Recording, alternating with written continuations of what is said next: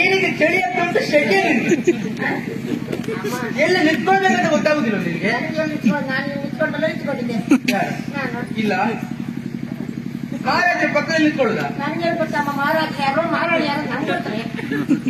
ಸುಮ್ಮನೆ ನಿಂತ್ಕೊಳ್ಬೇಕು. ಯಾವರು? ಹೌದಾ? ಏ ದೇವಪ್ಪ, ಬರುವವರೆಲ್ಲ ಬಂದಿದ್ದಾರೇನಾ? ಇದ್ದು ತೊಂದ್ರೆ ಇಲ್ಲ. ಯಾರು? ಅರಮನೆಯಲ್ಲಿ ಇದ್ದವರು. ಹೌದಾ? ದೇವಪ್ಪ, ಎಷ್ಟೋ ದಿವಸಗಳನ್ನು ಯೋಚನೆ ಮಾಡಿಕೊಂಡಿರ್ತವಳು. ಒಂದು ಲೆಕ್ಕಾಚಾರ ಮಾಡ್ಬೇಕು ಎನ್ನುವುದಾಗಿ. ಲೆಕ್ಕಾಚಾರ? ಹೌದು.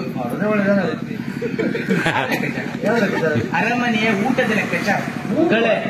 ಊಟಕ್ಕೆಲ್ಲ ಲೆಕ್ಕಾಚಾರ ಹಾಕುವುದ? ನಮ್ಮ ಅರಮನೆ ಅದೆಷ್ಟು ಅನಾಥರಿಗೆ ಆಪ್ತರಿಗೆ ಆಶ್ರಯ ತಾಣವಾದದ್ದು. ಒತ್ತೊಂದರ ತುತ್ತಿಗೆ ಲೆಕ್ಕಾಚಾರ ಹಾಕ್ಲಿಕ್ಕೆ ಅನ್ನಕ್ಕೇನು ಬರಗಾಲ ಉಂಟಾ? ಹಾಗಲ್ಲಪ್ಪ. ಮತ್ತೆ ನಾವು ಯಾವುದೇ ಕೆಲಸ ಮಾಡಬೇಕು ಅಂತಾದ್ರೂ ಲೆಕ್ಕಾಚಾರ ಹಾಕಿ ಕೆಲಸ ಮಾಡ್ಬೇಕು. ಹೌದು. ಅಷ್ಟೇ ಅಲ್ಲ, ನಾಯಿಗೆ ಅನ್ನ ಹಾಕ್ಬೇಕು ಅಂತಾದ್ರೂ ಲೆಕ್ಕಾಚಾರ ಮಾಡ್ಬೇಕು. ಹೌದು. ನಾಯಿಗೆ ಅನ್ನ ಹಾಕಿದ್ರೆ ನಿಯತ್ತಿನಿಂದ ಮನೆ ಕಾಯ್ತದೆ ಅಲ್ವಾ? ಹೌದೌದು. ಯಾವಪ್ಪ ಲೆಕ್ಕಾಚಾರ ನೋಡು. ಎಂತದೆ ಇವತ್ತಿನ ದಿವಸ ಊಟದ ಲೆಕ್ಕಾಚಾರ ಎಷ್ಟಂತ? ಈ ತಿಂಗಳು ಊಟದ ಲೆಕ್ಕ ಹೆಚ್ಚಿಗೇನಾಗ್ಲಿಲ್ಲಮ್ಮ. 7,000 ವರ. ಎಷ್ಟು? 7,000 ವರ.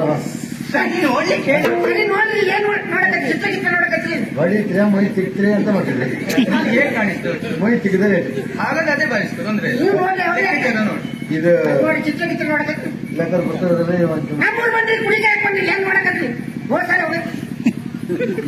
ಈ ತಿಂಗಳ ಕಾಲ್ ತಿಂಗಳಿಲ್ಲ. ಈ ತಿಂಗಳಿಗೆ ನೋಡು. ಈ ತಿಂಗಳಲ್ಲಿ 14,000 ವರ. ಎಷ್ಟು? 14. ನಿಮ್ದಲ್ಲ, ನಿಮ್ಮ ಅಪ್ಪನ? ಅದಾಗಿ ಹೋಯ್ತು. ಸರಿಯಾಗಿ ನೋಡಿದ್ಯಾ? ಹೌದು, 14. ಅದೇ ಹೇಳುದು ನಾನು. ಸರಿಯಾಗಿ ಊಟ ಮಾಡಿ ಕುಳಿತುಕೊಳ್ಳುದು ಬಿಟ್ರೆ ಬೇರೆ ಕೆಲಸ ಮಾಡುವುದಕ್ಕೆ ಬರುವುದಿಲ್ಲ. ಸರಿಯಾಗಿ ಗಮನಿಸಿದ್ಯಾ? ಸರಿಯಾಗಿ ಊಟ ಮಾಡಿ ಮಾಡಿ ಕುಳಿತುಕೊಂಡು ಕೆಲಸ ಮಾಡಿ ಹೇಗೆ ಬೆಳೆದಿದ್ದಾರೆ ನೋಡು. ಒಂದು ಕೆಲಸ ಮಾಡ್ತೇನೆ, ಇನ್ನು ಮುಂದಿನ ದಿವಸ 2 ಕಂಬವನ್ನು ತೆಗೆಯುವುದು, ಅವರನ್ನು ನಿಲ್ಲಿಸು. ಆಗ್ಬೋದಾ? ಹೀಗೆ ನೋಡ್ತಿರ್ತಾರೆ, ಬದಲಾವಣೆ. ಅದು ಸರಿ ಆಗ್ತದೆ ಅಂತ ಹೇಳಲಿಕ್ಕಿಲ್ಲ. ಏರು ತಗ್ಗಿನ ಸ್ಥಳ ಹೆಚ್ಚು ಕಡಿಮೆ ಕೀಳು ಕೊಡಿ, ಒಳ್ಳೆ ಆಗ್ತದೆ.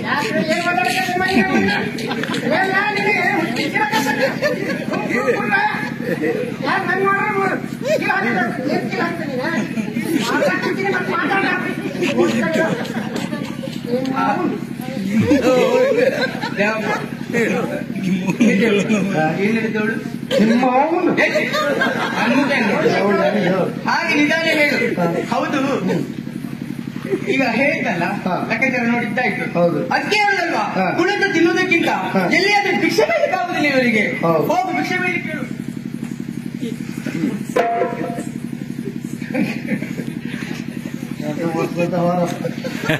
ದೇವಪ್ಪ, ಮಹಾರಾಣಿ ಯಾರಿಗೆ ಹೇಳ್ತಾಳೆ ಅಂತ ಕಲ್ಪನೆ ಇಲ್ವೇನೋ? ನಮಗೆ ತಾಗಿಸಿ ಹೇಳ್ತಾ ಇದ್ದಾಳೆ. ಇಲ್ಲಿ ಕುಣಿತು ಊಟ ಮಾಡ್ತಾ ಇದ್ದಾರೆ, ಕೆಲಸ ಮಾಡುವುದಿಲ್ಲ ಅಂತ ಹೇಳ್ತಿದ್ದಾಳೆ. ಇವಳು ಸರಿ ತಿಳ್ಕೊಂಡಿಲ್ಲ ನಮ್ಮ ಬಗ್ಗೆ. ಇಲ್ಲಿ ಕೆಲಸ ಮಾಡುವವರು ಯಾರು, ಕುಣಿತುಣ್ಣವರು ಯಾರು? ನಾವಿಲ್ಲಿ ಹೆಚ್ಚು ಕೆಲಸ ಮಾಡ್ತಾ ಇದ್ದೇವೆ ಅಂತ ಇವಳು ಹೇಳುದು ಬೇಡ, ನೋಡುವವರಿಗೆ ಗೊತ್ತುಂಟು ನಾವು ಮಾಡುವ ಕೆಲಸ ಏನು ಅಂತ. ಬಿಡು, ಯಾರು ಹೇಳ ಏನಾಗ್ಬೇಕು ಅದೆಲ್ಲ ನಾನು ಹೇಳುವುದು. ಅನ್ನ ಹಾಕಿದ್ರ ಬಗ್ಗೆ ಸರಿಯಾಗಿ ಹೇಳ್ತಾ ಇದ್ದಾಳೆ. ನಾವು ಅನ್ನ ಹಾಕಿದ್ದೇವೆ, ಊಟ ಮಾಡ್ತಾ ಇದ್ದಾರೆ ಕುಳಿತುಕೊಂಡು ಅಂತ. ಆದ್ರೆ ಅನ್ನ ದಾನ ಮಾಡಿದಂತ ಪುಣ್ಯದ ಫಲ ಪ್ರಾಪ್ತವಾಗ್ತದೆ ಎನ್ನುವುದು ಅವಳಿಗೆ ಗೊತ್ತಿಲ್ಲ ಅಂತ ಕಾಣ್ತದೆ. ಅನ್ನದಾನಗಳಿಗಿಂತ ಇನ್ನೂ ದಾನವುದಿಲ್ಲ. ಅನ್ನ ಬ್ರಹ್ಮ ಪರಬ್ರಹ್ಮ, ಅನ್ನದಾತವು ಸುಖೀ ಭವ, ಅತಿಥಿ ದೇವೋ ಭವ ಎಂಬ ಹಾಗೆ ಕರೆಸಿಕೊಂಡಂತ ಪುಣ್ಯ ಭೂಮಿ. ಒಬ್ಬ ಅತಿಥಿಯ ಮನೆಗೆ ಬರ್ತಾರಂತಾದ್ರೆ ಒಂದು ಹೊತ್ತಿನ ಊಟ ನಮಗೆ ಅವನಿಗೆ ಹಾಕ್ತೇವೆ ಅಂತಾದ್ರೆ ಯಾವುದೋ ಜನ್ಮದಲ್ಲಿ ಮಾಡಿದಂತ ಪುಣ್ಯದ ಫಲದಿಂದಾಗಿ ಈ ಜನ್ಮದಲ್ಲಿ ಅನ್ನದಾನ ಮಾಡುವಂತ ಪುಣ್ಯದ ಯೋಗ ನಮಗೆ ಪ್ರಾಪ್ತವಾಯಿತು ಎನ್ನುವ ಹಾಗೆ ಭಾವಿಸಿಕೊಳ್ಳಬೇಕು. ಖಂಡಿತ. ಅತಿಥಿಗಳನ್ನ ದೇವರಂತ ಕರಿತೇವೆ ಇರುವುದಕ್ಕೆ ಉದಾಹರಣೆಯನ್ನು ನಾನು ಕೊಡ್ಲಾ? ಏನು? ಅನ್ನ ಬ್ರಹ್ಮ ರಸೋ ವಿಷ್ಣು ಭುಂಕ್ತಾ ದೇವ ಮಹೇಶ್ವರ. ಅವ್ರು ಏನ್ ಹೇಳಿ ಗೊತ್ತಾಯ್ತಾ? ಕುಡಿತಾ ಇರುವ ನಿನಗೆ ಗೊತ್ತಾಯ್ತಾ? ನಿನಗೆ ಗೊತ್ತಾಯ್ತು. ಯಾವಪ್ಪ ಗುಂತ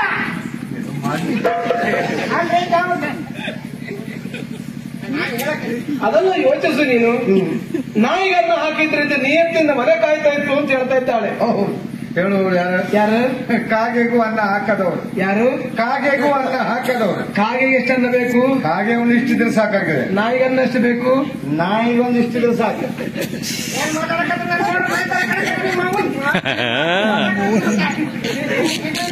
ದೇವಪ್ಪ, ಎಂತ ಸಂಸಾರ ನಿಂದು. ಏನ್ ಮಾಡುವೆ? ಹೆಂಡತಿ ಸರಿಯಾಗಿದ್ರೆ ಸಂಸಾರ, ಇಲ್ಲಾಂದ್ರೆ ಸಸಾರ. ಚಕ್ಕಡಿ ಸರಿಯಾಗಿದ್ರೆ ವ್ಯಾಪಾರ. ಅಷ್ಟೇ. ಅದಲ್ಲ ಅನ್ನ ಬ್ರಹ್ಮ ಅಂತ ಹೇಳಿದ್ರೆ ಅರ್ಥ ಉಣ್ಣುವಂತ ಅನ್ನವನ್ನ ಬ್ರಹ್ಮ ಅಂತ ಕರೆದ್ರು. ಅದರಲ್ಲಿರುವಂತ ಷಡ್ರಸವನ್ನ ಯಾವ ಶೆಟ್ರದ ಹೇಳ್ಕೊ. ಹಾಗಲ್ಲ, ಷಡ್ರಸ ಅದರ ರುಚಿ, ಅನ್ನದ ರುಚಿಯನ್ನ ವಿಷ್ಣುವಿಗೆ ಹೋಲಿಸಿದ್ದಾರೆ. ಉಣ್ಣುವಾತನ ಪ್ರತ್ಯಕ್ಷ ಪರಮೇಶ್ವರನಾಗ್ತಾರೆ ಎಂಬುದು ಈ ಶಾಸ್ತ್ರ ವಾಕ್ಯದ ಅರ್ಥ. ಅದನ್ನ ರಾಜಕುಮಾರಿಯಾಗಿ ತಿಳಿದುಕೊಂಡಿದೆ ಅಂತ ಕಾಣ್ತದೆ. ಬಿಡು, ಆಡುವವರ ನಾಲಿಗೆಗೆ ಕಡಿವಾಣ ಹಾಕುವುದಕ್ಕೆ ನಮ್ಮಿಂದ ಸಾಧ್ಯವ?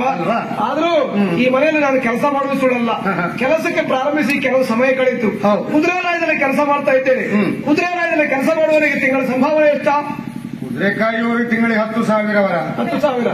ನಾವು ಒಂದು ತಿಂಗಳು ಊಟ ಮಾಡಿದ ವೆಚ್ಚ ಎಷ್ಟು ಅಂತ ಹೇಳಿದವಳು 7,000 ಹೆಚ್ಚಿಗೆ ಆಗಿದೆ ಅಂತ ಹೇಳುದು. 10,000ದಲ್ಲಿ 7,000 ಹೋದ್ರೆ ಎಷ್ಟು ಉಳಿತು? 3,000 ಉಳಿತದೆ. ಒಂದು ಕೆಲಸ ಮಾಡು, ಇನ್ನು ಮಹಾರಾಣಿಯ ಕೆಲವಷ್ಟು ಒಳ್ಳೆಯ ಕೆಲಸ ಉಂಟಲ್ಲ, ಸಮಾಜೋದ್ಧಾರದ ಕೆಲಸ, ಆ 100,000 ವರಹವನ್ನು ನನ್ನ ಹೆಸರಿನಲ್ಲಿ ದೇವರಿಗೆ ಹಾಕಲಿಕ್ಕೆ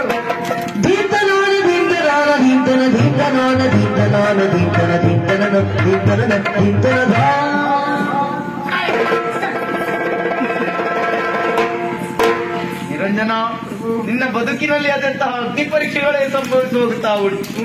ಇದಕ್ಕೆಲ್ಲ ಪರೋಕ್ಷವಾಗಿ ನಾನೇ ಕಾರಣ ಎನ್ನುವ ಮನಸ್ಸು ಕೇಳ್ತಾ ಉಂಟು.